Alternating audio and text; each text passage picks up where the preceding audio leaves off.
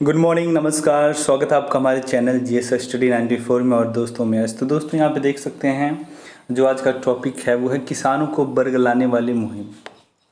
हमारे भारत जैसे देश में देख सकते हैं कि आए दिन हर हफ्ते कोई ना कोई एक जो मैटर होता है वो बहुत ज़्यादा कंट्रोवर्शियल हो जाता है। चाहे वो सुशांत का रहा हो, चाहे ड्रग्स का रहा हो, चाहे रिया का रहा हो, विकास दुबे रहा हो, चाहे जो भी रिसेंटली में जिस पीड़िता का सामूहिक रेप होने की पुष्टि की जा रही लोगों के द्वारा, कुछ लोग इसे डिनाई कर रहे हैं। शासन प्रशासन कह रहा नहीं, ये गलत है, इसकी सामूहिक पुष्टि नहीं मिली है कि नहीं इनका जो है कि रेप हुआ है। तो तमाम जगहों पे जिस प्रकार से विरोध प्रदर्शन हो रहे हैं, लोगों में जन जागरूकता बढ़ रहा है, ठीक है। पर याद रखिएगा, यदि आप समाज के कल्याण के बारे में सोच रहे हैं तो थोड़ा राजनीति से दूर रहिएगा, क्योंकि राजनीति में वो सब किया जाता है जो नहीं भी होता है। वो अपनी राजनीतिक पार्टी को मजबूत बनाने के लिए, उसे अग्रणी बनाने के लिए वो किसी भी स्तर पर जाकर गिर सकते हैं। तो इस बात का विशेष ध्यान रखिएगा आप लोग। तो कहीं ना कहीं आपके माध्यम से वो अपनी राजनीतिक उद्देश्यों की पूर्ति न कर पाएँ। तो ऐसे संगठनों, ऐसी राजनीतिक, ऐसी सोच, ऐसे विचारों से आप सावधान रहिएगा, क्योंकि आज वही हो रहा है। तो आज हम बात करेंगे, वही चीज़ हम यहाँ पे बात कर रहे हैं जो किसानों को लेकर तमाम तरह के लोग हैं, तमाम तरह की राजनीतिक पार्टियाँ, संगठन जो उकसावा दे रहे हैं, उन्हें फ्रंट पे रख के जो राजनीति कर रहे हैं। आखिर कौन लोग हैं जो उन्हें बरगला रहे हैं? बरगलाने का मतलब है उन्हें कठपुतली बनाना, मूर्ख बनाना, ठीक है, ये है उनका शोषण करना। अब चलते हैं आगे। इसे लिखा है मित्रों कृष्णमूर्ति सुब्रमण्यन जी ने, साउथ साइड के हैं ये लोग। कृषि क्षेत्र में हुए आधारभूत सुधारों का विरोध घिसे पिटे निरर्थक आर्थिक मॉडल के आधार पर ही किया जा रहा है। यह वही मॉडल है जिसने हमें प्रतिस्पर्धी बाजार के लाभों से वंचित रखा।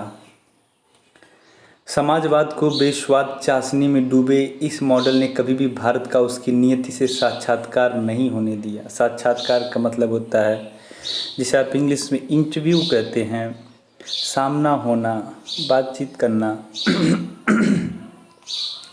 भारत को कैसे इस निरर्थक मॉडल के चलते दशकों तक समृद्धि के मोर्चे पर भारी कीमत चुकानी पड़ी, यह समझने के लिए हमें ब्रिटिश अर्थशास्त्री एंगम मैडिसन के आर्थिक इतिहास संबंधी अध्ययन को समझना होगा। उन्होंने बताया कि ज्ञात मानवीय आर्थिक इतिहास के एक बड़े हिस्से में वैश्विक जीडीपी में 1/3 योगदान करने वाली भारतीय अर्थव्यवस्था ने कैसे अपनी चमक खो दी। उनके अनुसार इसमें पहले ब्रिटिश राज और बाद में समाजवादी प्रभाव वाली हमारी नीतियों का बड़ा योगदान रहा, जिन्होंने बाजार व्यवस्था को खोखला कर दिया। देख सकते हैं दोस्तों, वित्त वर्ष 2019-20 की आर्थिक समीक्षा में इसे स्पष्ट रूप से दर्शाया है। उसका सार यही है कि अतीत में भारत का जो आर्थिक बढ़त हासिल थी, उसमें भरोसा के भाव के साथ बाजार की जुगलबंदी का अहम योगदान था, जिसे भारतीय परंपराओं से शक्ति मिलती रही। 1991 के बाद यदि 2004 से 2014 के बीच कमाए अवसर को छोड़ दिया जाए तो इस पूरी अवधि में विभिन्न सरकारों ने उदारीकरण और आर्थिक सुधारों को गति देने का काम किया। तो दोस्तों, मैं आपको बता दूं, कभी कभार कुछ एडिटोरियल, कुछ संपादकीय ऐसे होते हैं ना कि जिन बातों को आप कहना चाहते हैं उन बातों को ना करके घुमा फिरा, और उसका जो मतलब होता है पूरी तरह से निरर्थक होता है, कोई मतलब नहीं होता है। तो अब क्या सोच के इन्होंने क्या लिख दिया है समझ में नहीं आ रहा है, पर मैं आपको बता दूं सीधा सीधा, ठीक है, सीधा सीधा यहाँ पे कहने का मतलब यही है कि अभी जो मैंने इनिशियली जो आपको बताया हूँ कि जितने भी राजनीतिक संगठन हैं या राजनीतिक पार्टियां हैं, वो अपनी इच्छाओं को, अपने उद्देश्यों को पूरा करने के किस प्रकार से किसको बरगला सकती हैं, अपने उद्देश्यों की पूर्ति के लिए किसी का भी सर चढ़ा सकती हैं। सर न करके तो सिर कहा जाए, क्योंकि ये कहीं कहीं स्थानीय भाषा में आ जाता है सर, और कहीं इंग्लिश में श्रीमान जी हो जाता है। तो जो कह सकते हैं बहुत व्यापक स्तर पर इनका दोहन हो रहा है, इनका शोषण हो रहा है। अपनी ज़रूरतों, अपनी राजनीतिक इच्छाओं को पूरा करने के लिए किसानों का, दलितों का, मज़दूरों का, गरीबों का जिस तरह से शोषण किया जा रहा है, जिस तरह से उनका यूज़ किया जा रहा है, इस्तेमाल किया जा रहा है, ये गलत है। पर इसे आप हम कैसे समझें? मुझे यही समझ में नहीं आ रहा कि विरोध हो क्यों रहा है, जब पहले से एमएसपी में कई चीज़ें बढ़ा दी गई हैं। एमएसपी का मतलब होता है दोस्तों, एक ऐसी खरीदारी प्रणाली है जिसे कह सकते हैं गवर्नमेंट के थ्रू इम्प्लीमेंट किया जाता है, और कोई भी बिचौलिया, कोई भी व्यापारी किसानों की आय, किसानों की उपज की यदि खरीदारी करा तो इससे कम में नहीं खरीद सकता, उससे ज़्यादा में जितना भी खरीद ले पर उससे कम में नहीं खरीद सकता। तो ये तो सही भी है, यदि आप उतने में भी नहीं बेचना चाहते हैं उससे ऊपर भी बेचिए। तो ये चीज़ें हैं, इससे मूलभूत आर्थिक सिद्धांतों की ओर हमारी वापसी हुई है। कौटिल्यकृत अर्थशास्त्र और तिरुवल्लुवर रचित तिरुकुरल जैसे समृद्ध भारतीय साहित्य में इन शाश्वत सिद्धांतों का उल्लेख है। इनकी छाप उस आर्थिक समृद्धि में दृष्टिगत भी होती जो वर्ष 1991 के बाद संभव हुई। यहाँ तक कि चीनी आर्थिक चमत्कार भी बाजारों की भूमिका प्रमाण है, जिसने अपने नागरिकों के लिए आर्थिक समृद्धि के द्वार खोले। तो आपको बता दें सुब्रमण्यम जी, यदि दोबारा अगली बार यदि आप एडिटोरियल लिखें तो थोड़ा स्पष्ट शब्दों का इस्तेमाल करिए, और एक स्पष्ट विज़न होना चाहिए, एक दृष्टिकोण होनी चाहिए, समझ रहे हैं। उसमें आप खिचड़ी बना डाले हैं, इतिहास उठा के डाल दिए हैं, मतलब कौटिल्य के ज़माने की चीज़ें बात में इसमें डाल दी हैं। अभी जो आपको पहले क्या करना चाहिए था, जो चल रहा है मार्केट, जो किसानों की समस्याएं चल रही उनको प्राथमिकता देकर उन पे एनालिसिस स्टडी करके बातों को बताना चाहिए था। कृषि सुधारों को लेकर जो विरोध रहा है वो उसी निरर्थक आर्थिक मॉडल से खूब प्रेरित है, जो बाजारों की भूमिका को खोखला कर निहित स्वार्थी तत्वों का राजनीतिक समर्थन करता है। यही कारण कि लंबे अरसे तक अपने संकीर्ण हितों को पोषित करने वाले यथास्थिति कायम रखने के लिए निहित स्वार्थी तत्व किसी भी हद तक जाकर कृषि सुधारों का विरोध कर रहे हैं। वास्तव में कृषि क्षेत्र में सुधार लंबे समय से अपनी बारी का इंतजार कर रहे थे। पुरानी व्यवस्था ने किसानों को स्थानीय मंडी और उनमें सक्रिय बिचौलियों की शोषक नीतियों में जकड़ा हुआ था। देश में अन्य उत्पादकों को कहीं भी अपने उत्पाद बेचने की आज़ादी थी, लेकिन छोटे किसानों के हिस्से में यह सुविधा नहीं थी। एपीएमसी मंडियों वाली व्यवस्था में स्थानीय आड़तियों, बिचौलियों को वर्चस्व शून्य और समृद्ध करता गया। देश में बता दें, सबसे पहले एक बेहतर कह सकते हैं मंडी की आवश्यकता है। मैं एक नहीं कह रहा हूँ, ऐसी अनेक मंडियाँ होनी चाहिए, एक बढ़िया एसोसिएशन होना चाहिए। यदि जहाँ पे आपको लगे, उस एसोसिएशन को लगे कोई आइडेंटिफाई हो रहा है कि कोई किसानों का शोषण कर रहा है या फिर किसान असमर्थ है अपने उत्पादों को बेचने के लिए, उसके पास बाज़ार उपलब्ध नहीं हो पा रहा है, ट्रांसपोर्टेशन नहीं है वहाँ तक वो पहुँचा सके, इन सारी चीज़ों का सर्विलांस वो एसोसिएशन करे। याद रखिए, जो पूरी दुनिया को खिला रहा है, ठीक है, भारत वैसे भी कृषि प्रधान देशों की श्रेणी में आता है, आता रहेगा। पर दोस्तों, जिस तरह से हम उपेक्षा के अंतर्गत डाल दी हैं किसानों को, किसानों की समस्याओं को, वो आने वाले समय में जब इससे समस्याएं उत्पन्न होगी, अभी तो छोटी छोटी समस्याएं हैं, ये समझ लिए कुछ भी समस्या नहीं जो भी आपके सामने दिखाई दे रही हैं। यदि जिस दिन यही समस्याएं दीर्घकालिक बन जाएंगी न, तो आप खाने के लिए मर जाएंगे। तो यही कारण कि अभी से उन सारी चीज़ों को मजबूती से देखा जाए। इसकी कीमत छोटे किसानों ने चुकाई, चूँकि छोटे किसानों के पास न तो अपनी उपज के भंडारण की व्यवस्था थी और न ही कहीं भी अपनी उपज बेचने की आज़ादी, इसलिए वे बिचौलियों की कृपा के मोहताज ही बनकर रह गए।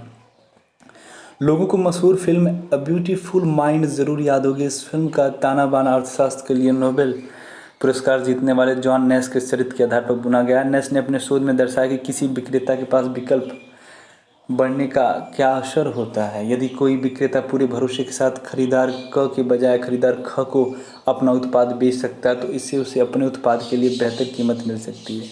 तो यहाँ पे देखिए, बताया जा रहा है कि जो किसान हैं उन्हें ये स्वतंत्रता मिलनी चाहिए कि जहाँ पे उसे सही कीमत मिले वो उसे बेच पाए। तो ये वास्तविकता है कि दोस्तों, कभी भी किसी का हाथ नहीं बांधना चाहिए, उसके पास ऑप्शन होना चाहिए, विकल्प ज़रूर होना चाहिए। यदि विकल्प नहीं है तो उसका शोषण होगा, क्योंकि आपके पास कोई और रास्ता नहीं है। आप या तो बेचिए या तो फेंकिए, ठीक है। तो ये गलत हो जाता है। इससे क्या होता है, जो प्रतिस्पर्धा है वो ख़त्म हो जाती है। तो मैं एक दो विकल्प की बात नहीं, ऐसे आप जो है अनगिनत विकल्प दीजिए, जिससे किसान बेहतर से बेहतर का चुनाव कर सके और जिस तरह से उसका शोषण हो रहा है वो शोषण से उस पार जाके अपना विकास कर सके। यदि विक्रेता के पास कोई विकल्प ही नहीं होगा तो खरीदार अपने एकाधिकार का मनमाना इस्तेमाल करेगा। मध्यम से बड़े किसानों के लिए ज़्यादा समस्या नहीं है, क्योंकि वे अपने उत्पाद का भंडारण कर माकूल मौका पाकर उसे बेच सकते हैं या किसी अन्य मंच पर उसकी बिक्री कर सकते हैं। जी हाँ दोस्तों, जो बड़े बड़े कुछ ऐसे भी नहीं है कि कुछ गिने चुने किसान हैं जो बहुत बड़े हैं, जिनके पास खुद के स्टोरेज हैं, खुद के पास क्षमता है कि अपने अन्न का वो अच्छे से भंडारण कर सकें।